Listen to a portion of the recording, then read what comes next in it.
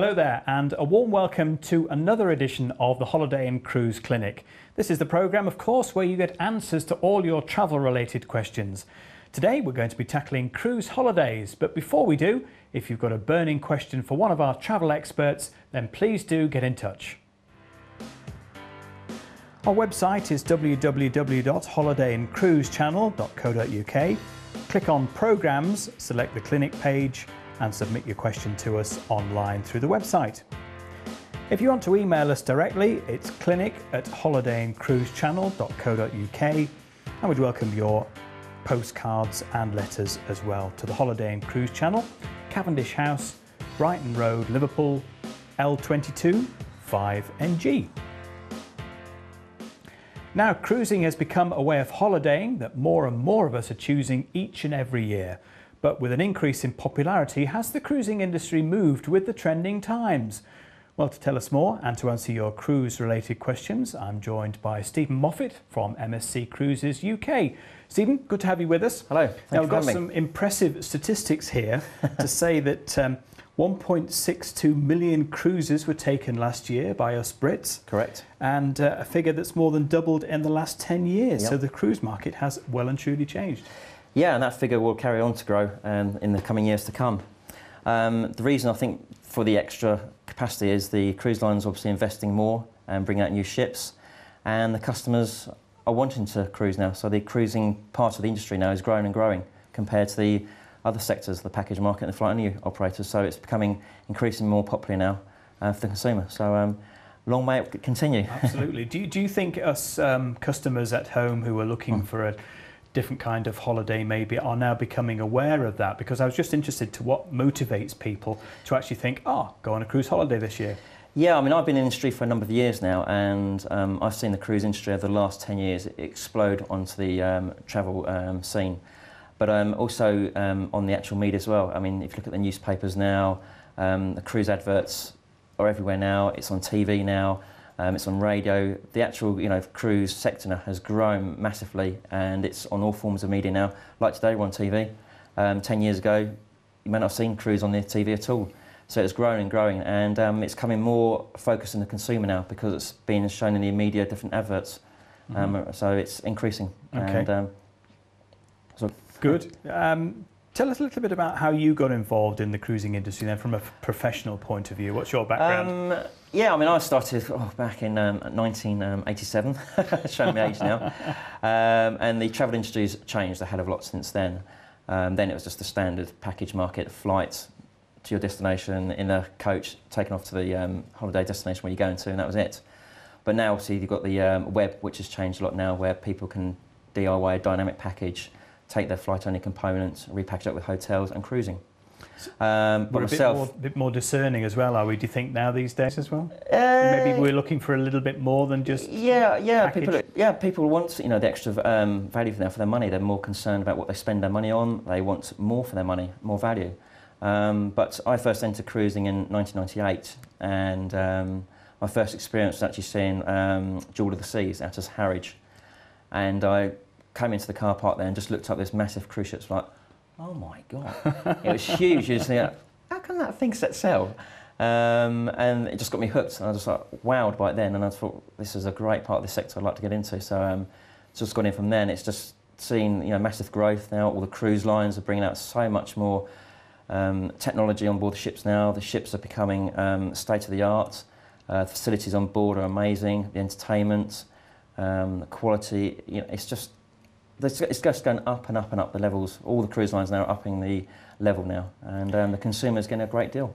So a bit of a vocation for you as the Director of Sales then from those early days. Yeah, I've been on a few few trips. Obviously, I have to go and see the cruise ships myself. Of course you do. Yes, I'm sure. So I've seen, and also seen how the other cruise lines as well when they launch their ships, and some of them are just amazing. The quality is very, very high now, and it's getting even higher now because the consumer is demanding more and more. So us cruise lines, we have to deliver more. With some of the biggest ships in the world as well, aren't they? Yes, yeah. There's various number of cruise lines out in the market now, and there's from the smaller ships to the big ships. You know, every consumer is different, so all the cruise lines are trying to cater for everybody. But having a big ship doesn't necessarily mean a big, tall, impersonal thing, does it? Having a big ship can mean a whole variety of things going on in it. Yeah, I mean, it's the thing for everybody now. I mean, if you go on the big ships, you get a lot of the entertainment. You know, you've got the ice skating rinks, the casinos, the big theatres, various different restaurants, hundreds of bars. But then you go on smaller ships, sometimes you get the more personal feel. You get to know the staff very well. The staff remember you a lot more, and you get to know the ship inside out. So, you know, various different customers prefer different things. So there's a choice for everybody out there.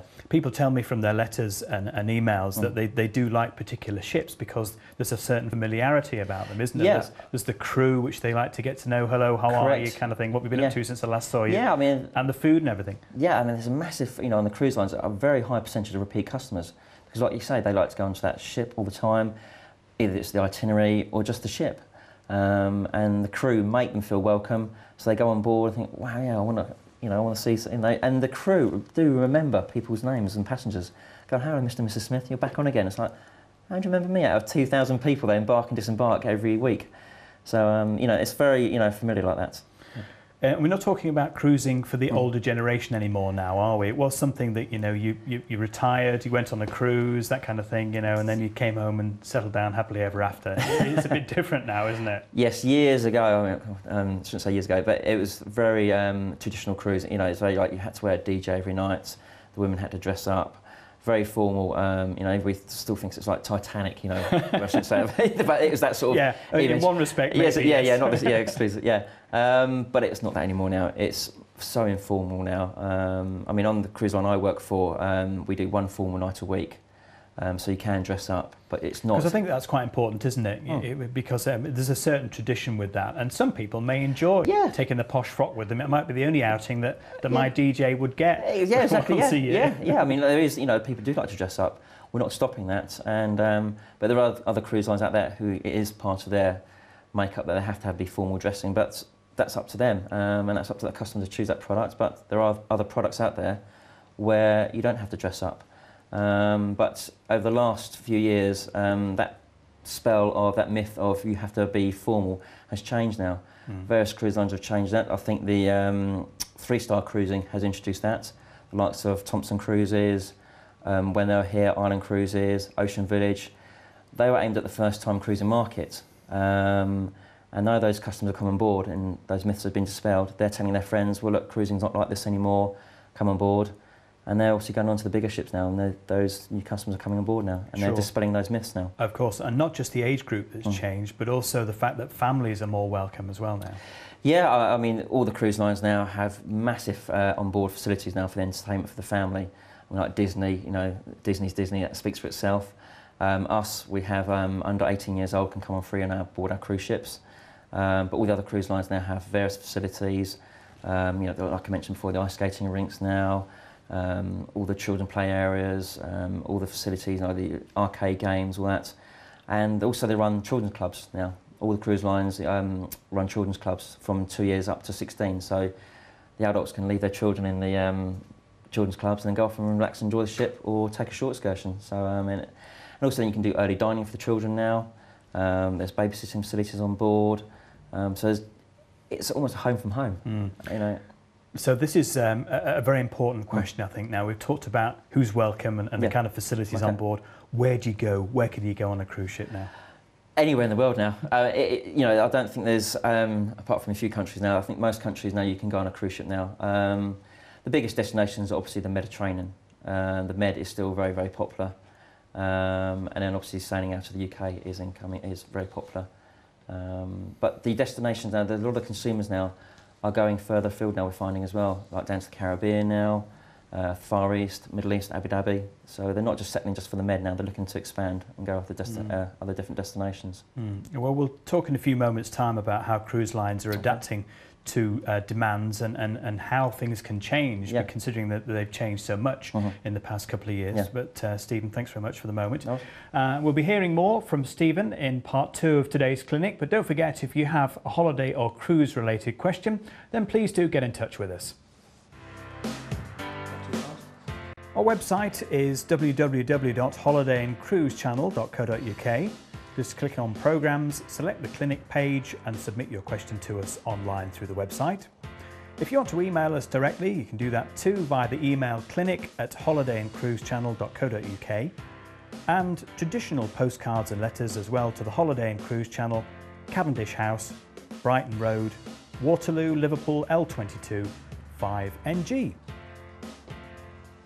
And if you're new to cruising, then our first time guide to cruise holidays is here, completely free for you. Here it is. Got some really useful questions in it. For example, which type of cabin shall I choose and what's included in the fare? Some really useful answers. Just give us a call on 0871 423 4444. Calls will cost 10p a minute from BT Landline, and calls from other networks and mobiles may vary. Well, it's time for us to take a quick break right now, but do stay with us, as when we return we'll be answering more of your cruise related questions. See you back here in a few minutes.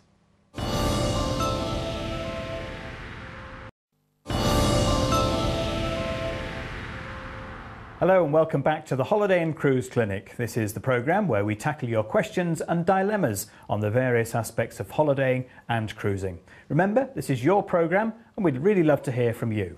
Don't forget our website, it's www.holidayandcruisechannel.co.uk. You can send us an email through the website just by clicking on the different pages on the website. Click on Programmes, select the clinic page and submit your question to us online. If you want to email us directly, you can just email clinic@holidayandcruisechannel.co.uk, or traditional postcards and letters to the Holiday and Cruise Channel, Cavendish House, Brighton Road, Liverpool, L22 5NG. Now, Stephen Moffat from MSC Cruises UK is still with me now. Stephen, how do you think, let me put you on the spot here a bit now, how are cruise lines generally adapting to the needs of different travellers these days? Very well. I've seen the marketplace. The other cruise lines are catering for different parts of the market. The single market is obviously increasing sector in the industry now. And various cruise lines have offers out there. Our company and myself, we have an offer out in the marketplace now for zero single supplement on certain cruises. I know the other cruise lines do as well. Let's talk about that, and let me stop you there and talk about that in a bit more detail, because I have friends who often ask me, oh, I fancy going on a cruise, but I'm on my own, 50-something lady, what do I do? Am I going to be left on my own, or is there something I can get involved with, or am I likely to be chaperoned, or what's it going to be like? Each cruise line does their own thing. Certain cruise lines will just leave the customer to enjoy the cruise themselves and not be hassled and say, well, you have to come to this bar at this time because we're doing this introductory meeting. On myself, on our cruise line, we just let them enjoy the cruise line. But it's a very good way, though, two ways of looking at it. You can either interact with the customers on board. It means you can sit down with people at the restaurants and talk to people at the bar. But if they don't want to do that, they can be on their own and just go and sit on their own and be on their own if that's what they want to do. So it's a great place to do both. You can either interact with customers or fellow passengers, or just relax on yourself and have your own private time. Sure. You won't be on your own if you don't want to. If you don't, yeah, exactly. There's various different activities on board the ship that you can get involved in within the bars and the social scene. So if you do want to do that, you can. But if you don't, you can just relax and enjoy the ship on your own. Okay. A little bit about the environment then. Yeah. Obviously you've got these huge big ships now, but some of the biggest ships are on the water, in fact, sure. and they're all presumably contributing to the environment and all the green issues that we hear about now. How green is the cruising industry? It's becoming more and more important now in the world now, and a lot of the cruise lines now are very aware of the green issue. All the cruise lines now do a lot of recycling, so that's all the cans and the bottles on board are recycled now. Looking to regenerate the water on board. The electrics on board now, if you open your cabin balcony door, the air conditioning unit turns itself off now. If you go out your cabin, the lights turn themselves off now, energy saving. So very important that we try and save as much as we can on the energy and the environment. The ships now have paint on board the hulls now that doesn't biodisingrade into the water now, so it's we're trying to keep up with whatever we can because we know it's an issue, and but also we're looking at obviously how far we sail now because the cost of diesel is going up now. So the itineraries in the future will change. I think I think you will find that cruise lines will between the different ports, will sail slower, saving the cost of the diesel, and obviously we'll stay in port a lot longer maybe. So I think the next few years you'll see a change in itineraries as well in the industry. I think it's because it's a known factor in the world that the cost of energy is going up, and cruise lines have to look at different ways of the cost. Yeah, sure. And sailing. Saving a few bob so you can keep the holiday prices at a reasonable exactly, level. Yes, that's right, yes, correct, yeah. Definitely. What happens because you've got all these extra ships and the cruising market has grown tremendously? Some ports are very old, aren't they, and can only accommodate a number of ships at any one time. Are they all jostling for position in the same ports now, trying to work who gets first? It's getting very busy in the Med, especially with the training now. Some people say it looks like the M25, the amount of ships in there. Big queue of ships trying to get in, But I mean, there's a massive infrastructure. The ports now are becoming bigger now. The cruise lines are investing into ports now to develop the port terminals to make it so easy for the consumer and the passenger to embark and disembark. So it's so smooth now, because customers don't want to be there waiting hours and hours to check in. They want to be able to check their suitcases in, check into their cabin as quickly as possible. So all cruise lines now are developing ports now. Venice is having a new port terminal. All the other cruise ports are looking to develop their infrastructure to make it so much easier now for the consumer to embark and disembark on these ships. Yeah, so there's no danger you're going to have to disembark onto a boat when you're anchored out at sea and be bussed in? There's the odd ports where you will have to tender in, we call it, obviously then, because the port's not big enough to have these ships, but the cruise lines want to go there because it's where the consumer wants to go there. So there's the odd ports where you will have to tender in, tender out, but I'd say a big percentage now you actually cruise into the actual terminal itself.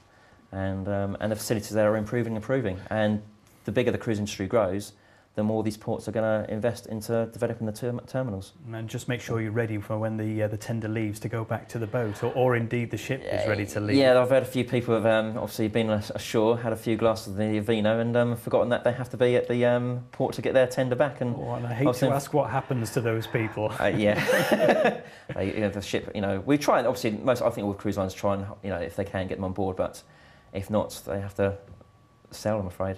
Some of them have a tight schedule to keep to. Sometimes it's make your own way to the next port and we'll try and pick you up from there. Yes, quite. A lot of people who haven't cruised before, and obviously we have our fantastic guide for people who are interested in taking a cruise for the first time, but there are some fundamental things that always crop up, aren't there? About, am I going to be seasick, for example, and a lot of these almost urban myths, aren't they now? Yeah, there is a lot of the things that these myths like, oh, I'm going to be sick, it's going to be really rough and choppy, and I'm not going to be able to have a choice of food I want, and I'm going to be locked in my cabin. Completely, it's completely different. When you sail in the Mediterranean, like say for example in the summer, the water's so flat, it's so calm, and the ships are so big now. The technology is amazing now. There's stabilisers. You don't sometimes know that you're at sea, and and if you do feel seasickness, then my advice to you is, if you do feel you think you are going to be sick, is to go lower down in the ship, and have maybe an inside, or have an outside cabin, because there you don't feel the movement so much. What little movement there is. Yeah, I mean, the higher up the ship you go, the more movement you feel. So my advice is, if you do feel that you're going to be a little bit, have an outside cabin but lower down, and you should be okay. Okay, well that's good. That's some good advice, and maybe a med cruise for if you're thinking of starting out, perhaps? Yeah, or you can cruise from the UK, obviously if you don't like flying, of course, which is increasingly popular now in the cruise industry in the UK now, cruising out of Southampton, Liverpool, Harwich, Newcastle. It's becoming more and more popular now. But if you do want to go to the Med, then Med's fantastic, and it's a great starter, a taster in the cruise if you've never cruised before, because it's the Med, you call onto a different port of call every day. It's very calm out there, but if you want a more experienced cruiser, then further afield you can go. Well, I was just thinking that the Med may not be totally different from your average summer holiday. If you're used to going to Spain, somewhere like that, somewhere Mediterranean for your poolside holiday, if you fancy a cruise and you don't want it to be that much different weather-wise or something, or culture. Yeah, I mean, if you cruise around the Med, it's you still see various different ports of call, and it's great. So you do. But if you go to one destination, you sometimes become restricted on what you can do. On a cruise, you've got all these different ports of call you're going to see, and the variety is unbelievable. So it's very good for that.